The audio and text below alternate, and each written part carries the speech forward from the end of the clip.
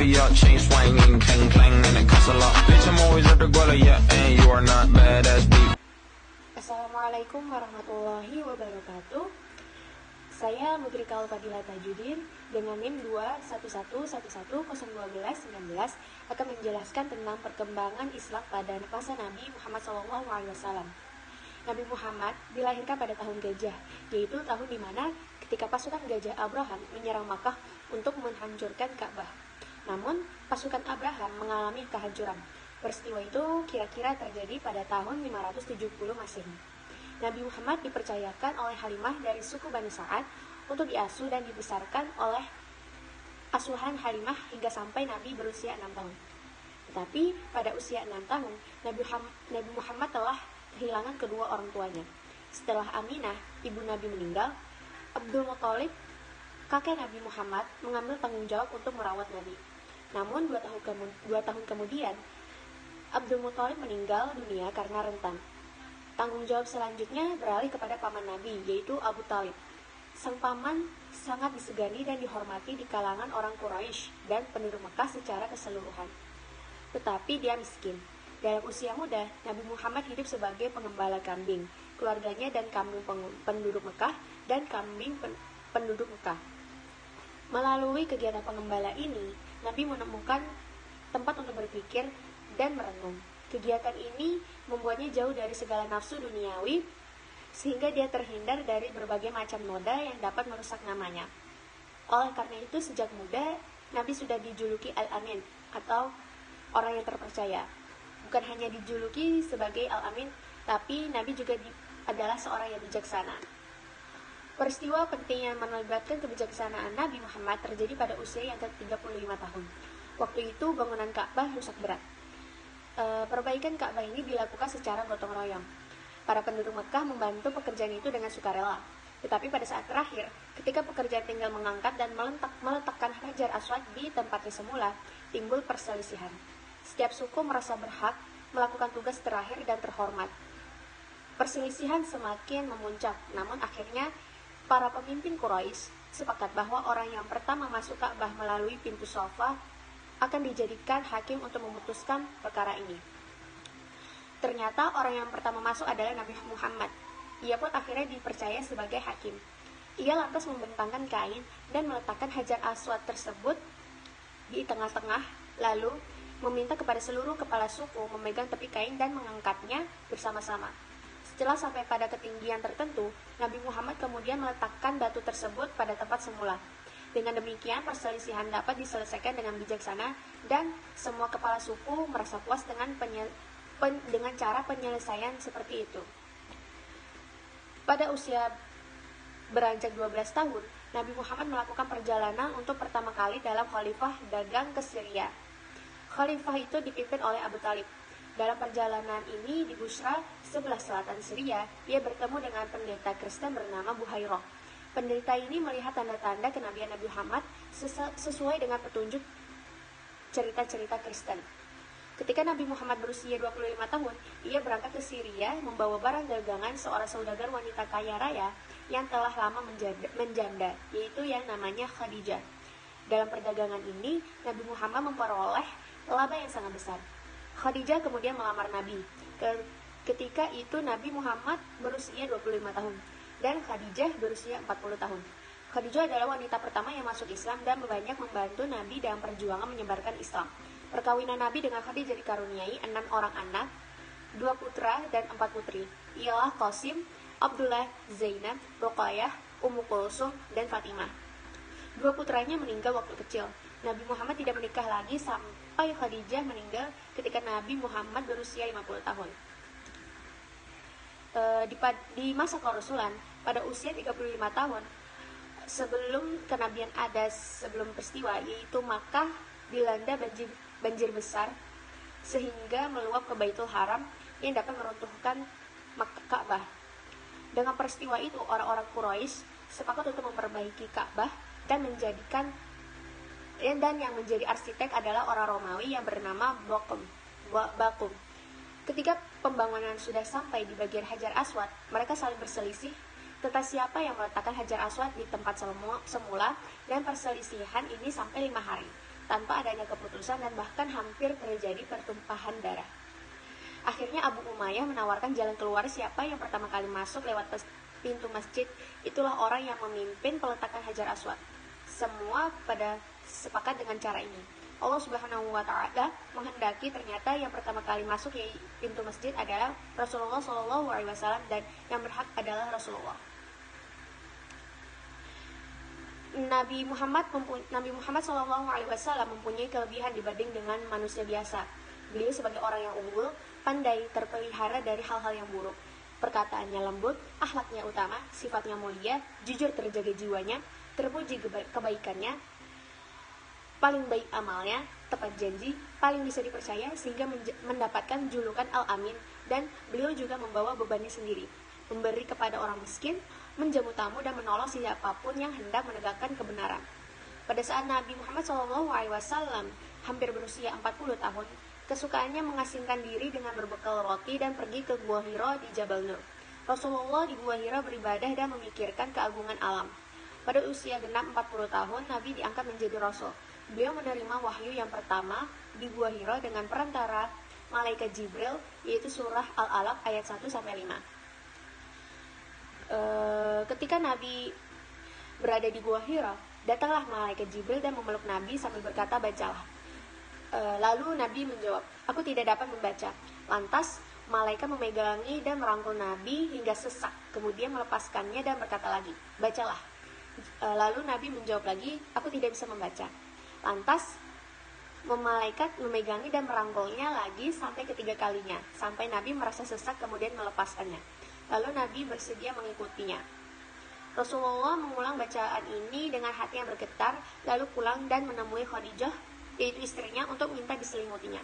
Beliau diselimuti hingga tidak lagi menggigil, tapi khawatir akan keadaan dirinya. Khadijah pun menemui Waraqah bin Naufal dan menceritakan kejadian tersebut yang dialami oleh Nabi.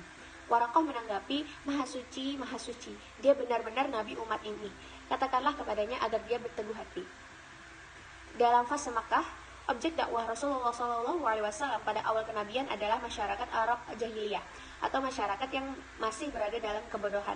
Dalam bidang agama, umumnya masyarakat Arab waktu itu sudah menyimpang jauh dari ajaran agama tauhid yang telah diajarkan oleh para rasul terdahulu.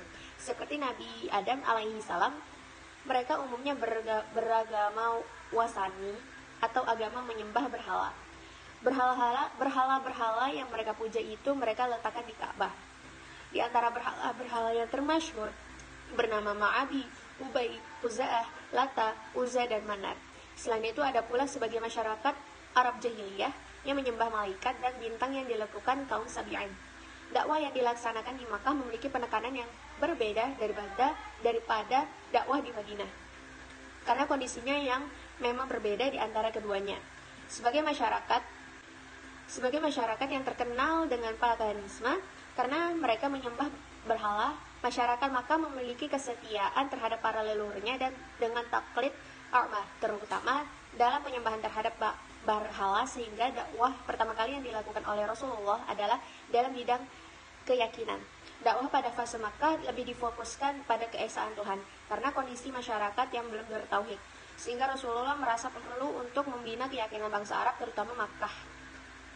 Adapun karakteristik dakwah Nabi Muhammad di Makkah dapat dibagi dalam beberapa hal, yaitu dakwah dalam bidang ketuhanan, sebagaimana bahwa dakwah di Makkah lebih ditekankan pada bidang ketauhidan. Hal ini berangkat dari keprihatinan Rasulullah karena melihat keberagaman bangsa Arab, terutama penduduk Makkah yang masih musyrik pada saat itu. Maka kepercayaan masyarakat Makkah akan dikembalikan kepada keyakinan terhadap keesaan Tuhan, sehingga patung-patung berhala yang tersebar di Makkah akan dihilangkan sebagai bentuk penyembahan masyarakat Makkah. Lalu, dakwah dalam bidang pendidikan. Dakwah dalam bidang pendidikan dilakukan Rasulullah sejak dini, yaitu beriringan dengan masuknya Islam para sahabat satu persatu. Di samping dari rumah ke rumah, maka Rasul memilih rumah sahabat Al-Arqam bin Abi Arqam dijadikan sebagai tempat pertama menyampaikan dakwah Islam secara berkelompok. Di tempat inilah dakwah Rasulullah dilakukan dengan pendekatan pendidikan. menyampaikan bahwa dipilihnya rumah Al-Aqam sebagai tempat belajar dan mengajar karena lokasi rumah tersebut dekat dengan Ka'bah sehingga memudahkan jamaah beribadah ke Masjidil Haram. Lalu yang ketiga, dakwah dalam bidang pembinaan. Dakwah dalam bidang pembinaan ada dua, yaitu dakwah Syria dan dakwah terang-terangan. Dakwah Syria, sebagaimana diketahui bahwa dakwah Nabi di Makkah dilaksanakan dalam dua bentuk, yaitu dengan cara sembunyi-sembunyi. Ibnu Ishaq menyebutkan bahwa dakwah secara sembunyi-sembunyi berlangsung selama 3 tahun. Ia menyebutkan bila para sahabat hendak melakukan sholat, mereka pergi ke celah-celah bukit dan menyembunyikan sholat mereka dari penglihatan kaumnya. Ketika Sa'ad bin Abi Waqqas bersama para sahabat Rasulullah lainnya sedang melakukan sholat di salah satu celah bukit-bukit Makkah, tiba-tiba sekelompok musyrikin melihat mereka dan maka mereka mencela apa yang dilakukan para sahabat Makkah. Lalu dakwah secara terang-terangan.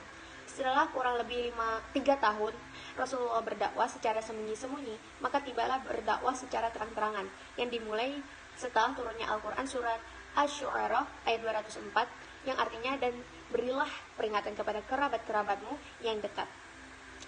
Adapun langkah pertama yang dilakukan Rasulullah setelah turun ayat ya di atas adalah mengundang Bani Hashim.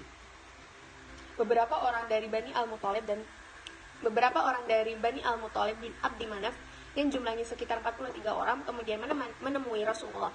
Semua keluarga menantang termasuknya pamannya Abu Lahab, kecuali Abu Thalib yang langsung menyatakan bahwa akan melindungi semua kegiatan dakwah yang dilaksanakan Rasulullah. Selanjutnya Rasulullah bangkit dan langsung menyerang kebohongan dan syirik serta menyampaikan tentang kedudukan berhala dan hakikatnya yang tidak memiliki nilai. Lalu dakwah dalam bidang pembinaan. Sebagaimana bahwa dakwah Rasulullah dimulai setelah menerima wahyu pertama dan kedua, maka sejak saat itu Nabi Muhammad berfungsi sebagai seorang pendidik dan pembimbing masyarakat melalui perombakan dan revolusi mental masyarakat Arab dari kebiasaan menyembah berhala yang merendahkan derajat kemanusiaan dan tidak menggunakan akal pikiran yang sehat. Sistem pembinaan dengan sistem kaderisasi dengan membina beberapa sahabat. Kemudian beberapa sahabat tersebut mengembangkan Islam ke penjuru dunia. Hal ini dimulai dari Khulafaur Rasyidin, kemudian generasi sesudahnya. Fase Madinah yaitu hijrah ke Yathrib. Setelah menerima perintah hijrah dari Allah Subhanahu wa taala, Rasulullah bertemu dengan sahabatnya Abu Bakar untuk mempersiapkan segala sesuatu yang diperlukan untuk perjalanan. Nabi pun bertemu dengan Ali dan memintanya untuk tidur di kamarnya untuk menipu musuh dan yang ingin membunuhnya. Malam itu Nabi ditemani oleh Abu Bakar dalam perjalanannya ke Yathrib. Keduanya berhenti di Gua Sur, sebelah selatan Makkah, untuk menghindari pengejaran dari kaum kafir Quraisy. Mereka bersembunyi selama 3 malam. Dan putra-putri Abu Bakar, Abdullah, Aisyah, dan Asma, dan pelayan mereka, Amir bin Fuhairah, mengirimi mereka makanan setiap malam dan menyampaikan berita tentang orang-orang Mekah yang bergosip tentang hal itu. Pada malam ketiga, mereka keluar dari persembunyian dan melanjutkan perjalanan mereka ke Yathrib, melakukan perjalanan menuju barat ke Laut Merah di jalan yang tidak turun pada waktu itu bagi suku-suku pedagang. Setelah 7 hari perjalanan, Nabi Muhammad SAW dan Abu Bakar sampai di Quba. Ketika sampai di Quba, sebuah desa sekitar 10 km dari Yathrib, Nabi beristirahat selama beberapa hari. Dia tinggal di rumah Kalsum bin Hindun. Sementara itu, orang-orang Yathrib telah lama menunggu kedatangan Nabi. Begitu Rasulullah sampai di kota Yathrib, beliau melepaskan tali kekang unta dan melepaskannya sesuka hatinya. Unta itu berhenti di sebuah kebun sawit milik 2 anak yatim, yaitu bernama Sahal dan Suhail, yang diasuh oleh Abu Ayyub. Kebun itu dijual dan sebuah masjid dibangun atas perintah Nabi. Sejak saat itu, Nabi kota Yathrib diubah menjadi Madinatun Nabi. Namun dalam kehidupan sehari-hari sering hanya disebut Madinah. Berbeda dengan periode Mekah, ketika umat Islam adalah kelompok minoritas, pada periode Madinah mereka adalah kelompok mayoritas. Di Mekah, Nabi hanya bertindak sebagai Rasul, tetapi di Madinah ia tidak hanya seorang Rasul tetapi juga kepala negara. Permusuhan kafir Quraisy kepada Nabi. Meskipun Nabi dan kaum muslim telah meninggalkan Mekah, orang-orang kafir Quraisy tidak menghentikan permusuhan mereka. Karena jika Islam berkembang di Madinah, itu akan mengancam tidak hanya kepercayaan mereka, tetapi juga ekonomi. Karena Madinah sedang dalam jalur perdagangannya ke Syam. Maka tidak heran jika terjadi perang antara muslim dan kafir dalam puluhan pertempuran selama 8 tahun. Yang paling penting adalah Perang Badar. Perang Badar terjadi pada bulan Ramadan 2 Hijriah, 600 atau sekitar 624 Masehi di dekat sumur Badar. Motif utamanya adalah untuk memenuhi tekad orang-orang kafir Quraisy untuk membunuh Nabi yang berhasil melarikan diri ke Madinah dan menghukum orang-orang yang melindunginya.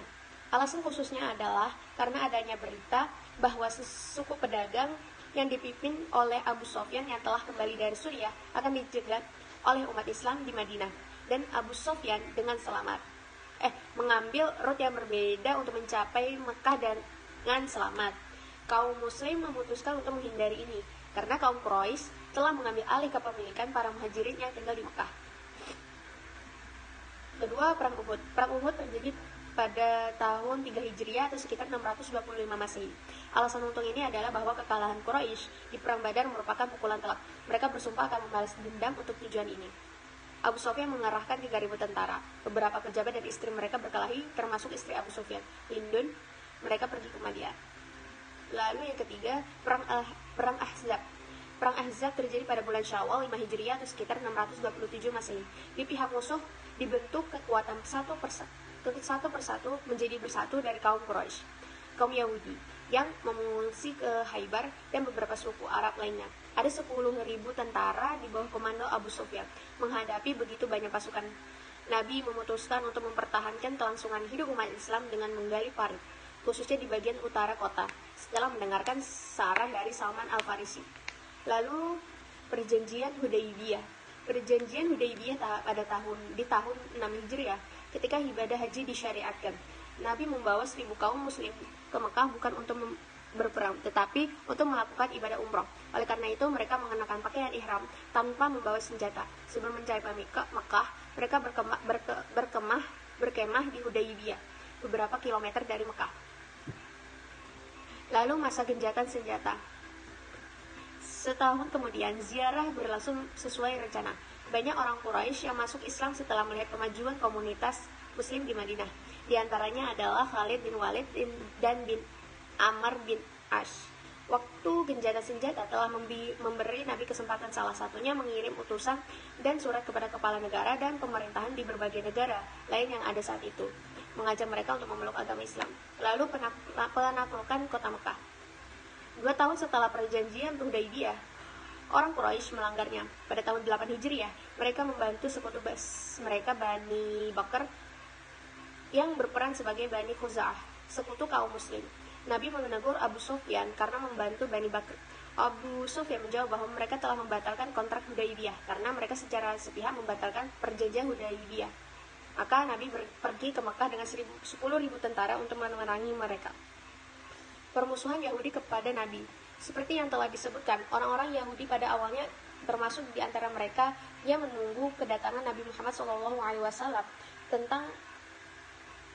tetapi karena Nabi keturunan Arab, mereka menolaknya. Ketika Rasulullah membuat konstitusi Madinah, mereka termasuk orang-orang yang ikut mendatangani perjanjian, tapi tidak dengan hati yang jujur dan menyakitinya. Lalu permusuhan orang Arab lainnya dengan Nabi. Meski Mekah dikalahkan, masih ada 2 suku Arab yang menentang Nabi, yaitu Bani Saqif di Taif dan Bani Hawazin di antara Taif dan Mekah. Kedua suku ini bergabung untuk membentuk kekuatan melawan Islam. Mereka menuntut balas dendam atas berhala-hala mereka yang dihancurkan oleh Nabi dan kaum muslimin di Ka'bah.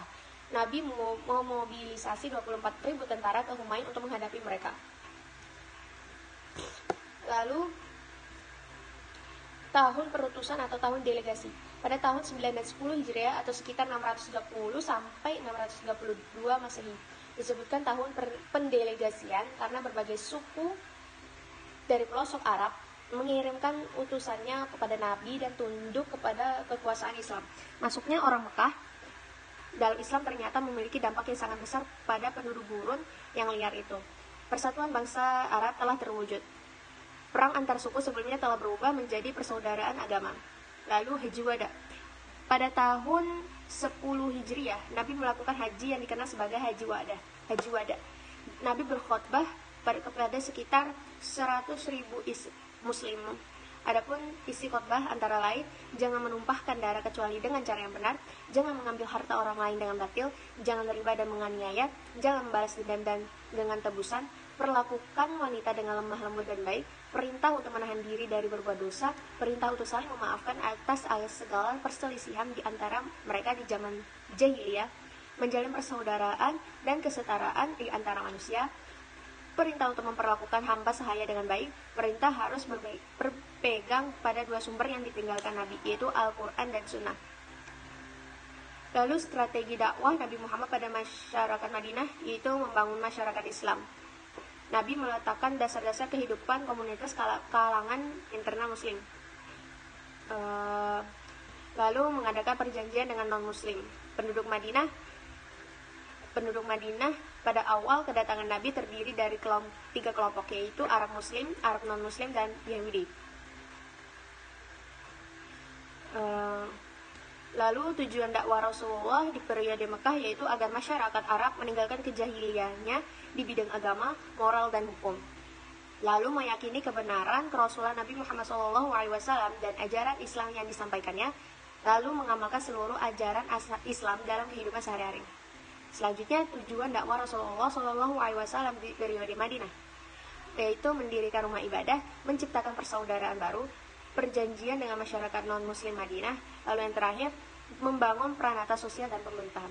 Mungkin itu saja penjelasan dari saya. Bila ada kesalahan kata mohon dimaafkan. Assalamualaikum warahmatullahi wabarakatuh.